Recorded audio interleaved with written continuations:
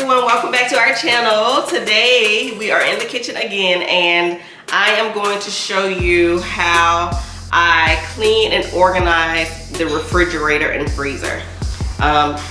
Thanks for stopping by. If you are a returning subscriber, thank you so much for continuing to watch our videos, and if you are new to this channel, please take some time to hit the subscribe button below and also the bell next to the subscribe button if you are interested in being notified of when we upload a new video. If you're interested in getting some tips on how to clean and organize your refrigerator, keep watching.